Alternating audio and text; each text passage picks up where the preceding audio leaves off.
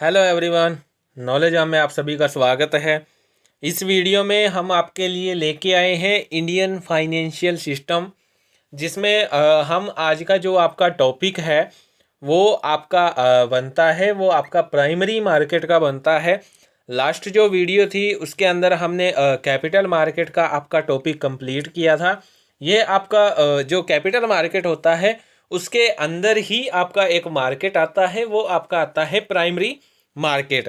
तो आज हम प्राइमरी मार्केट के बारे में पढ़ेंगे। प्राइमरी मार्केट होता क्या है, क्या इसके फीचर्स रहते हैं, कौन कौन से मैकेनिज्म इसके अंदर यूज़ किए जाते हैं, ठीक है, कैसे व्यवस्था की जाती है सिक्योरिटीज़ को इशू करने की, ठीक है, और कौन कौन से इसमें इंटरमीडिएट्स आपके काम करते हैं, उनके बारे में आज हम इस वीडियो के अंदर डिस्कस करेंगे। ये भी आपका एक इम्पोर्टेंट टॉपिक माना जाता है प्राइमरी मार्केट का, ठीक है। तो पहले इसके मीनिंग से देखते हैं हम कि जो आपका प्राइमरी मार्केट है वो होता क्या है, क्यों उसे प्राइमरी मार्केट कहा जाता है।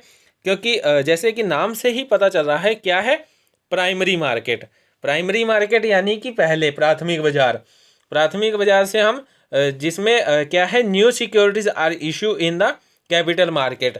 जब हम क्या करते हैं कैपिटल मार्केट में न्यू सिक्योरिटीज मतलब जिनको पहली बार मार्केट में क्या किया जाएगा, इशू किया जाएगा, पहली बार उनको मार्केट में जारी किया जाएगा कैपिटल मार्केट में, वो आपका कौन सा मार्केट होता है, वो आपका प्राइमरी मार्केट होता है, जहां पर सिक्योरिटीज को पहली बार क्या किया जाता है, इशू किया जाता है। ये जो आपकी सिक्योरिटीज़ होती हैं वो आपकी न्यू फर्म की भी हो सकती हैं, ओल्ड फर्म की भी हो सकती है। ओल्ड फर्म जिसने अपनी सिक्योरिटीज़ पहले कभी इशू नहीं की, वो फर्स्ट टाइम अपनी जो कैपिटल है वो सिक्योरिटीज़ जो है वो क्या कर रहा है, इशू कर रहा है। क्योंकि न्यू फर्म जो होती है वो अपनी सिक्योरिटीज़ को इशू करती है। क्यों करती है? क्योंकि उसको पैसे की ज़रूरत होती है, उसको कैपिटल की ज़रूरत होती है, इसलिए वो क्या करती है, न्यू सिक्योरिटीज़ को इशू करती है। और ये जो आपका मार्केट होता है इसको आप मार्केट फॉर न्यू इश्यूज के नाम से भी जान सकते हैं। न्यू इशू मार्केट इसे कहा जाता है। इसका दूसरा नाम क्या कहा है, न्यू इशू मार्केट, नया निर्गमन बाजार इसका दूसरा नाम है, ठीक है। उसके बाद क्या कहता है, मीनिंग के बाद इसके आते हैं फीचर्स प्राइमरी मार्केट के। फर्स्ट आपका क्या आता है, रिलेटेड विद न्यू इश्यूज, कि जो आपका प्राइमरी मार्केट होता है वो आपका नए निर्गमन से संबंधित होता है। मीन्स इसमें क्या किया जाता है, इसमें न्यू शेयर्स को इशू किया जाता है। इसमें जो न्यू फर्म होती है वो फर्स्ट टाइम जब अपने शेयर्स को इशू करती है तो वो कहाँ करती है, आपका प्राइमरी मार्केट में ही उसको इशू करती है, ठीक है। और क्या है कि जो आपके प्राइमरी मार्केट में जब शेयर्स को या सिक्योरिटीज़ को इशू किया जाता है तो इसे इनिशियल पब्लिक ऑफर भी कहा जाता है, ठीक है। नेक्स्ट आपका पॉइंट आता है, वो आपका आता है नो फिक्स्ड जियोग्राफिकल प्लेस, कि जो आपका प्राइमरी मार्केट होता है इसका कोई भी जियोग्राफिकल प्लेस नहीं है, कोई भी इसका निश्चित भौगोलिक स्थान नहीं है। ये क्या है, ये एक व्यवस्था है, ठीक है, जहाँ पे क्या किया जाता है, जो न्यू शेयर्स होते हैं या आपके जो कन्वर्जेबल जो ऋण पत्र होते हैं, डिबेंचर्स होते हैं, उनके निर्गमन को क्या किया जाता है, कार्य में लाया जाता है।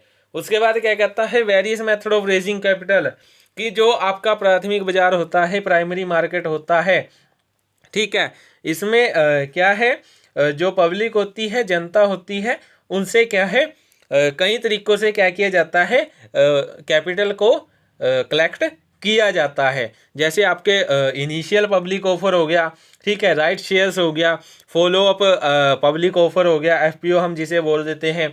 कुछ प्राइवेट रिसोर्सेज होते हैं जहाँ से आप क्या करते हो, कैपिटल को कलेक्ट करते हो प्राइमरी मार्केट में। उसके बाद फोर्थ पॉइंट क्या कहता है, कम्स बिफोर सेकेंडरी मार्केट, कि जो आपका प्राइमरी मार्केट होता है वो आपका सेकेंडरी मार्केट से पहले आता है। मीन्स पहले जो न्यू सिक्योरिटीज़ हैं उसको पहले प्राइमरी मार्केट में ही इशू किया जाता है। जब वो पुरानी हो जाती है, मीन्स उनको एक बार इशू कर दिया जाता है, देन उनको सेकेंडरी मार्केट में क्या है इशू किया जाता है। अगर आप दोबारा उन्हीं सिक्योरिटीज़ को इशू करना चाहते हैं तो वो जो आपकी कैपिटल होती हैं वो आपकी सेकेंडरी मार्केट में दोबारा इशू की जाती हैं। उसके बाद नेक्स्ट पॉइंट आपका कंट्रोल का आता है कि जो प्राइमरी मार्केट होता है उसके जो भी वो काम करता है उसके ऊपर सारा कंट्रोल किसका होता है, सेबी का होता है।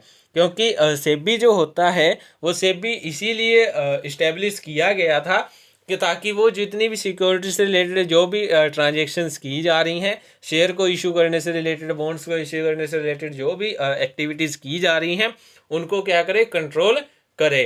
तो जो प्राइमरी मार्केट है उसके ऊपर भी कंट्रोल किसका होता है, सेबी का होता है, stock exchange board of India. ठीक है, तो ये आपके कुछ फीचर्स थे, प्राइमरी मार्केट थे। उसके बाद इसमें आता है issue mechanism of securities in primary market. कुछ मतलब कि प्राथमिक बाजार में प्रतिभूतियों के निर्गमन की व्यवस्था की आप कैसे कैसे इशू कर सकते हो प्राइमरी मार्केट में सिक्योरिटीज़ को। फर्स्ट आपका पॉइंट आता है public issue through prospectus. Means जो कंपनी होती है वो क्या करती है, पब्लिक को अपने शेयर्स खरीदने के लिए, परचेज करने के लिए इनविटेशन देती है और इसके लिए वो क्या करती है, प्रोस्पेक्टस इशू करती है। प्रोस्पेक्टस क्या है, प्रोस्पेक्टस आपका एक रिटन डॉक्यूमेंट है जिसके अंदर कंपनी के बारे में सारी इन्फॉर्मेशन दी जाती है। ठीक है, और कंपनी जो निर्गमन करती है, जो इश्यूज करती है, उनके बारे में भी उसमें लिखा होता है ताकि जो जनता है वो आपके जो उस डॉक्यूमेंट आपने जो भेजा है उसको पढ़े और आपका जो इनविटेशन है उसको एक्सेप्ट करे और आपकी कंपनी जो है उसमें क्या है, अपनी कैपिटल इन्वेस्ट करे ताकि जो कंपनी है वो आसानी से कैपिटल इशू कर सके। ठीक है, जो आपका प्रोस्पेक्टस होता है इसमें कंपनी से रिलेटेड कंपनी के डायरेक्टर्स होते हैं, प्रमोटर्स होते हैं, ऑडिटर्स होते हैं, बैंकर्स होते हैं, ब्रोकर्स होते हैं, उनसे रिलेटेड सारी इन्फॉर्मेशन आपकी जो प्राविवरण होता है, प्रोस्पेक्टस होता है, उसके अंदर दी होती है। तो जो कंपनी जो होती है वो कभी कभी क्या करती है कि जब आप प्रोस्पेक्टस इशू करते हैं तो वो उसी के साथ क्या कर देती है, प्राइमरी मार्केट में जो सिक्योरिटीज़ हैं उनको इशू कर देती है। ठीक है, और जब जो कंपनी है वो पहली बार अपने अगर शेयर्स को इशू करती है तो उसे क्या कहते हैं, आईपीओ कहते हैं, इनिशियल पब्लिक ऑफर कहते हैं। ठीक है, तो नेक्स्ट पॉइंट आपका आता है ऑफर फॉर सेल, विक्रय का प्रस्ताव। अब ये जो व्यवस्था है इसके अंतर्गत जो कंपनी होती है वो अपने शेयर्स के इशू को मध्यस्थों, जो भी मिडलमैन होती है उनके माध्यम से करती है। ठीक है, मिडलमैन के माध्यम से करती हैं। ये मध्यस्थ आपके ये जो मिडलमैन होते हैं वो आपके मर्चेंट बैंकर्स हो सकते हैं, शेयर ब्रोकर्स हो सकते हैं, जोखिम पूंजी फंड हो सकते हैं। ठीक है, ये जो व्यवस्था है इसमें जो आपकी सिक्योरिटीज़ होती हैं उनको दो भागों में बांट दिया जाता है, दो पार्ट्स में डिवाइड कर दिया जाता है। फर्स्ट पार्ट में जो कंपनी होती है वो अपनी सारी जो सिक्योरिटीज़ होती हैं उनको एक फिक्स अमाउंट पर एक डिटरमाइन जो भी प्राइस डिटरमाइन किया गया था उसके ऊपर जो मिडलमैन होती है उन मिडलमैन होते हैं उनको इशू कर देती है। ठीक है, या दूसरा पार्ट क्या है, ये जो आपके मध्यस्थ होते हैं, ये जो मिडलमैन होते हैं वो क्या करते हैं, ये जो सिक्योरिटीज़ होती हैं उनको अंतिम यानी कि फाइनल जो इन्वेस्टर्स होते हैं उनको उचित यानी कि हायर प्राइस में क्या कर देते हैं, सेल कर देते हैं। ठीक है, तो ये आपका सेकंड व्यवस्था थी प्राइमरी मार्केट से रिलेटेड। उसके बाद आपका थर्ड पॉइंट आता है प्राइवेट प्लेसमेंट। प्राइवेट प्लेसमेंट में क्या कहता है कि ये जो मेथड है इसमें कंपनी जो अंश होते हैं, कंपनी के जो अंश होते हैं या जो उसके भी कन्वर्टेबल जो ऋण पत्र होते हैं, जो डिबेंचर्स होते हैं, उनको कुछ चुने हुए व्यक्तियों के जो ग्रुप होते हैं या संस्था के जो इन्वेस्टर होते हैं उनको ही जारी करती है। ठीक है, वो क्या करती है, कुछ पर्सन्स को चूज़ कर लेती है, सिलेक्ट कर लेती है और उन्हीं को क्या कर देती है, वो शेयर्स इशू कर देती है। कंपनी जो होती है वो जो पब्लिक को इशू करने के स्थान पर वो अब पब्लिक को इशू नहीं करती है। वो क्या करती है, किसी कोई बड़ी संस्था अगर उसको मिल गई है, कोई बड़ी फाइनेंशियल इंस्टीट्यूशन अगर उसको मिल गया है, तो वो उन्हें अपनी सारी सिक्योरिटीज और शेयर्स को क्या कर देती है, बेच देती है। उसके बाद नेक्स्ट पॉइंट आता है राइट इशू, अधिकार निर्गमन।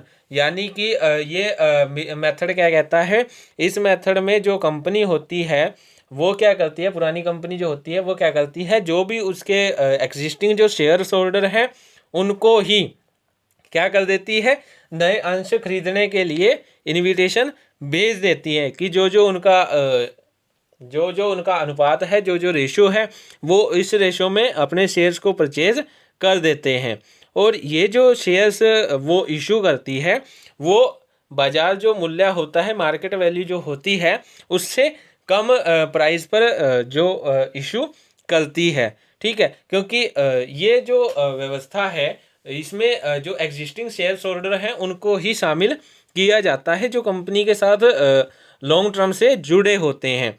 ठीक है, जो न्यू आपकी कंपनी होती है वो इस मेथड को अपना नहीं सकती, वो इस मेथड को अपने ऊपर अप्लाई नहीं कर सकती। क्यों? क्योंकि ये जो आपकी एग्जिस्टिंग शेयर होल्डर के ऊपर ही अप्लाई की जाती है। ठीक है, उसके बाद नेक्स्ट पॉइंट आपका आता है बोनस इशू। कभी कभी कंपनी जो होती है वो क्या करती है कि जो भी उसके प्रेजेंट जो शेयर होल्डर होते हैं उनको क्या कर देती है, शेयर्स ऐसे ही इशू करती है। इसके बदले वो कोई भी अमाउंट नहीं लेती है, कोई भी प्राइस वो डिसाइड उनका नहीं करती है। ठीक है, तो इस केस को क्या बोलते हैं, इसको हम बोनस शेयर्स बोल सकते हैं कि उनको बिना किसी भाव के, बिना किसी अमाउंट को पे करे उनको शेयर्स दे दिए गए हैं। ठीक है, तो इस केस में जो कंपनी होती है वो बोनस इशू के तौर पर क्या है, शेयर्स को इशू कर देती है। ठीक है, और इसमें कुछ न्यू रूल्स और रेगुलेशंस बना दिए जाते हैं। इसमें भी कुछ रूल्स रेगुलेशन बनाए जाते हैं जिनको फॉलो किया जाता है। उसके बाद नेक्स्ट आपका पॉइंट आता है, वो आता है कंपोजिट इशू का। अब जब कोई जो लिमिटेड कंपनी होती है वो अपने जो उसके शेयर्स होते हैं उनको इशू या तो पब्लिक को या फिर उनके जो वर्तमान के जो अंशधारी हैं, एग्जिस्टिंग जो शेयर होल्डर हैं, एट प्रेजेंट जो शेयर होल्डर हैं, उनको भी अधिकार निर्गमन द्वारा संयुक्त रूप से क्या करती है, इशू कर देती है। मीन्स वो क्या करती है, वो पब्लिक को भी शेयर क्या कर रही है, इशू कर रही है, और आपके जो एग्जिस्टिंग शेयर होल्डर हैं उनको भी वो पब्लिक कम राइट इशू करती है। ठीक है, तो इसको हम क्या बोलते हैं, इसको हम कंपोजिट इशू बोलते हैं। उसके बाद नेक्स्ट पॉइंट आपका आता है एम्प्लॉय स्टॉक ऑप्शन प्लान। इसे आप ESOP भी कहते हैं। ये आपकी एक तरह की योजना होती है, प्लान होती है, जिसके अंतर्गत जो भी कंपनी के फुल टाइम डायरेक्टर्स होते हैं, अधिकारी होते हैं, या जो भी आपके एम्प्लॉयज़ होते हैं, उनको पूर्व निर्धारित जो कि प्राय बाजार जो कीमत होती है, मार्केट वैल्यू जो होती है उससे कम होती है, उस पर शेयर्स क्या कर दिए जाते हैं, अलॉट किए जाते हैं। ठीक है, इसका जो मेन ऑब्जेक्टिव होता है वो जो डायरेक्टर्स होते हैं, जो आपके अधिकारी होते हैं, जो एम्प्लॉयज़ होते हैं, उनको कंपनी की तरफ अट्रैक्ट करना। मीन्स उनका कंपनी के साथ पर्सनल रिलेशन बनाना, कि वो कंपनी को अपनी कंपनी ही मान के उसमें क्या करें, काम करें। मेन मोटिव इसका यही होता है एम्प्लॉय स्टॉक ऑप्शन प्लान का। ठीक है, तो ये आपके कुछ इशू मैकेनिज्म थे किसके, सिक्योरिटीज़ के इन प्राइमरी मार्केट में, कि आप कैसे कैसे प्राइमरी मार्केट में सिक्योरिटीज़ को इशू कर सकते हो, क्या क्या उनकी व्यवस्था दी होती है। ठीक है, उसके बाद इसके नेक्स्ट पॉइंट आता है, वो आता है intermediates involve in the issue process of security in primary market, कि आपके प्राथमिक बाजार में प्रतिभूतियों के निर्गमन से जुड़े कुछ मध्यस्थ होते हैं, इंटरमीडिएटर्स होते हैं, जो नीचे दिए गए हैं। तो इसमें जो आपका फर्स्ट पॉइंट आता है वो आपका आता है मर्चेंट बैंकर्स का। मर्चेंट बैंकर्स जिन्हें हम लीड मैनेजर भी बोल देते हैं, क्योंकि ये एक लीड मैनेजर के रूप में ही काम करते हैं। मर्चेंट बैंकर जो होते हैं वो आपके एक ऑफर डॉक्यूमेंट बनाते हैं जिसमें जो आपकी कंपनी होती है उसके बारे में वाइडली सारी इन्फॉर्मेशन उसके अंदर दी होती है। मर्चेंट बैंकर जो होते हैं वो आपके इशू से रिलेटेड जो भी प्रोसेस होती है और उससे जुड़ी जो भी लीगल फॉर्मेलिटीज़ होती हैं उनको सारे पूरा करते हैं। आपके मर्चेंट बैंकर्स उसके लिए रिस्पॉन्सिबल माने जाते हैं। और जो आपके मर्चेंट बैंकर्स होते हैं वो आपके निर्गमन यानी कि इशू से जुड़ी जितने भी मार्केटिंग एक्टिविटीज़ होती हैं वो सारी आपकी मर्चेंट बैंकर ही करते हैं। और जो आपके मर्चेंट बैंकर होते हैं वो आपके इश्यूज़ के लिए जो भी अभिगोपक होते हैं उनको अपॉइंट कौन करते हैं, आपके मर्चेंट बैंकर ही करते हैं। ठीक है, अब ये जो मर्चेंट बैंकर है वो आपके वैधानिक रूप से यानी कि लीगली क्या है, कंपलसरी हो गए हैं। ठीक है, इनके बिना कोई भी कंपनी इजीली वर्क नहीं कर पाती। उसके बाद सेकंड पॉइंट आपका आता है वो आता है अंडरराइटर्स, अभिगोपक। अभिगोपक क्या होते हैं कि जो अभिगोपक एक फिक्स अमाउंट पर जो न्यू इश्यूज होते हैं उनको एक निश्चित मात्रा में यानी कि एक फिक्स क्वांटिटी पर क्या करते हैं, परचेज करने की गारंटी देते हैं। और यहाँ पे जो आपके अंडरराइटर्स होते हैं जितने मूल्यों के शेयर की बिक्री की गारंटी देते हैं यानी कि जितने मूल्य पर जो शेयर्स हैं उनकी एक प्राइस वो डिसाइड कर देते हैं कि हम आपके शेयर्स को इतने प्राइस पर बेचेंगे। अगर वो उस प्राइस पर उस जो शेयर्स होते हैं वो उनको बेचने की गारंटी दे देते हैं तो उनको वो शेयर्स उतने ही अमाउंट पर बेचने पड़ते हैं। अगर वो ऐसा नहीं कर पाते हैं तो इस केस में वो जो शेयर्स बचे होते हैं या जो अमाउंट बच जाती है वो सारी आपकी अंडरराइटर को ही पे करनी पड़ती है। ठीक है, तो जो आपके अंडरराइटर होते हैं वो इसके लिए कुछ कमीशन भी ले लेते हैं। ठीक है, और जो आपके अंडरराइटर्स होते हैं उनको मर्चेंट बैंकर्स के द्वारा क्या किया जाता है, अपॉइंट किया जाता है। उसके बाद नेक्स्ट पॉइंट आपका आता है वो आता है रजिस्ट्रार टू इशू, कि जो आपका रजिस्ट्रार है उसका भी अपॉइंट किया जाना जरूरी है, उसका भी होना जरूरी है। क्योंकि जो आपका रजिस्ट्रार है उसमें इन्वेस्टर जो भी आपके इन्वेस्टर्स होते हैं उनसे रिलेटेड सारी इन्फॉर्मेशन या जो उन्होंने अमाउंट पे की है वो सारा रिकॉर्ड आपका रजिस्ट्रार के पास रखा होता है। जो भी आपने शेयर्स अलॉट किए हैं, किस आधार पे आपने अलॉट किए हैं, ठीक है, वो सारा रिकॉर्ड किसके पास होता है, आपके रजिस्ट्रार के पास होता है। ठीक है, मान लीजिए आपने क्या है मिनिमम सब्सक्रिप्शन मांगा था, आपने एक अमाउंट फिक्स की थी कि इतनी एप्लीकेशन आनी चाहिए। अगर आपके पास एप्लीकेशन ज़्यादा आ जाती है, मीन्स पैसा आपके पास ज़्यादा आ जाता है, तो आप क्या करते हो, आप उस एप्लीकेशन मनी को वापस कर देते हो। और ये भी आपका कौन बताता है कि पैसा कम आया है ज़्यादा आया है, वो आपका रजिस्ट्रार ही उसके बारे में सारा कुछ बताता है। उसके बाद नेक्स्ट पॉइंट आपका आता है वो आता है बैंकर टू एन इशू, निर्गमन का बैंकर। निर्गमन का बैंकर यानी कि जो सिर्फ इश्यूज जो आपके निर्गमन होते हैं उससे रिलेटेड जो आपके आवेदन राशि है, जो भी एप्लीकेशन मनी आया है या जो भी एप्लीकेशन फॉर्म आए हैं वो आपके कौन लेता है, बैंकर टू इशू लेता है। जो आपका निर्गमन का बैंकर होता है वो सारे रिसीव करता है। तथा अगर अधिक्य हो जाता है, मीन्स सरप्लस हो जाता है कि जितने एप्लीकेशन मनी आपने मांगा था उससे ज़्यादा एप्लीकेशन मनी आपके पास आ जाता है, तो उसको वापस करने की रिस्पॉन्सिबिलिटी भी किसकी होती है, आपकी निर्गमन के बैंकर की होती है। ठीक है, जिन्हें आप शेयर से इशू नहीं करते हो, जिन्हें आप शेयर अलॉट नहीं करते हो, ठीक है, तो जो आपका निर्गमन का जो बैंकर होता है वो उनको सारे ही जो उनके जो मनी है वो क्या कर देता है, वो उनको वापस कर देता है।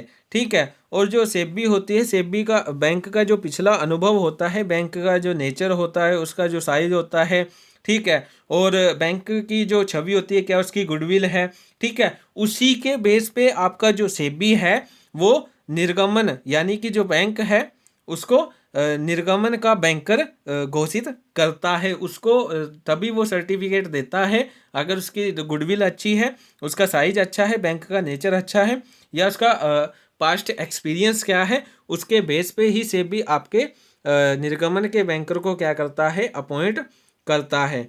उसके बाद नेक्स्ट पॉइंट आपका आता है, वो आता है डिवेंचर ट्रस्टी, यानी कि कंपनी के जो आपके डिवेंचर्स होते हैं, ठीक है, उनके इंटरेस्ट को सिक्योर करने के लिए सेबी ने क्या है, एक ट्रस्टी की क्या है, नियुक्ति अनिवार्य की है कि एक डिवेंचर ट्रस्टी को क्या किया जाएगा, नियुक्त किया जाएगा। और जो आपका ऋण पत्र जो ट्रस्टी होता है, डिवेंचर जो ट्रस्टी होता है, उसको प्रोस्पेक्टस में उसका जो नाम है वो प्रोस्पेक्टस में दिया जाना जरूरी है, ताकि जो आपके डिवेंचर होल्डर जो होते हैं, ऋण पत्रधारी जो होते हैं, ताकि वो सेटिस्फाइड हो सकें कि जो कंपनी है उसके अंदर कोई डिवेंचर ट्रस्टी भी है, ठीक है।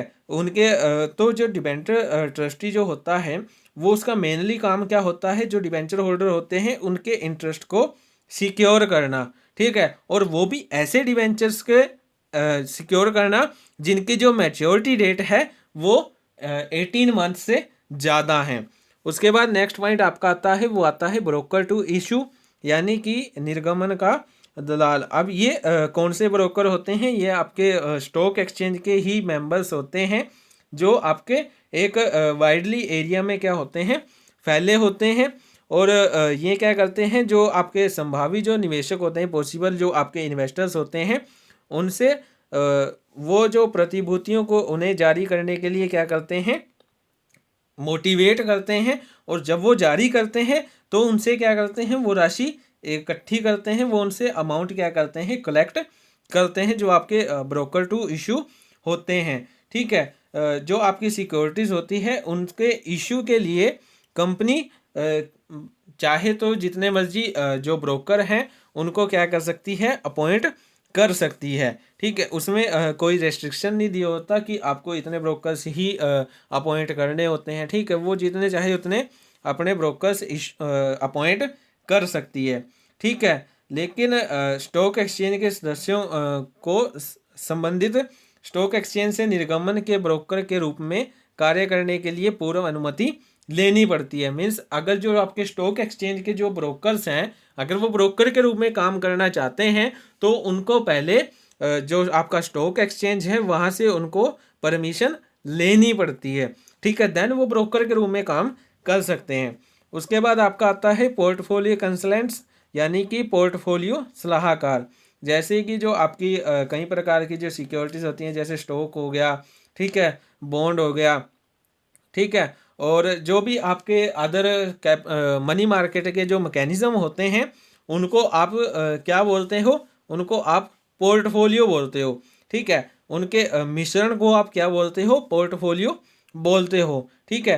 पोर्टफोलियो जो आपके कंसल्टेंट होते हैं, सलाहकार होते हैं, वो ऐसे व्यक्ति या फर्म या कंपनियां हैं जो अपने क्लाइंटों को क्या करते हैं, जो सिक्योरिटीज़ होते हैं उनके बारे में क्या देते हैं, सलाह देते हैं, ठीक है। उनके बारे में वो क्या देते हैं, उनको एडवाइस देते हैं, तथा उनके द्वारा जो भी अमाउंट उन्होंने क्या है, इन्वेस्ट की है, उसको क्या करते हैं, वो मैनेज करते हैं। वो उनको सारी इन्फॉर्मेशन प्रोवाइड करते हैं, वो उनको सारी एडवाइस उनको देते हैं, जो भी अपना पैसे इन्वेस्ट करना चाहते हैं, जो भी अपने सिक्योरिटीज़ को इशू करना चाहते हैं, ठीक है। तो ये आपके कुछ इंटरमीडिएट्स इन्वॉल्व थे जो आपकी इशू प्रोसेस में इम्पोर्टेंट होती हैं। सिक्योरिटीज़ के इशू प्रोसेस में इनको क्या है, इंक्लूड किया जाता है इन प्राइमरी मार्केट में। सो आज की वीडियो में हम इतना ही करेंगे। यहाँ पे आपका जो प्राइमरी मार्केट का जो टॉपिक था वो इंडियन फाइनेंशियल सिस्टम के अकॉर्डिंग कंप्लीट हो चुका है, जिसमें हमने आपका प्राइमरी मार्केट का मीनिंग किया है, देन उसके कुछ फीचर्स थे उसके बारे में हमने डिस्कस किया, और उसके बाद हमने कौन कौन सी व्यवस्था की जाती है इश्यूज से रिलेटेड, सिक्योरिटी को इशू करने से रिलेटेड कौन कौन सी व्यवस्थाएं की जाती हैं प्राइमरी मार्केट में, उनके बारे में हमने डिस्कस किया। और फाइनल जो हमने पॉइंट जो डिस्कस किया वो आपका था इंटरमीडिएट्स का, कि सिक्योरिटीज को इशू करने से रिलेटेड प्राइमरी मार्केट में कौन कौन से इंटरमीडिएट्स उसमें इन्वॉल्व होते हैं। सो आज की वीडियो में इतना ही। Thank you for more videos. Please like share and subscribe my YouTube channel.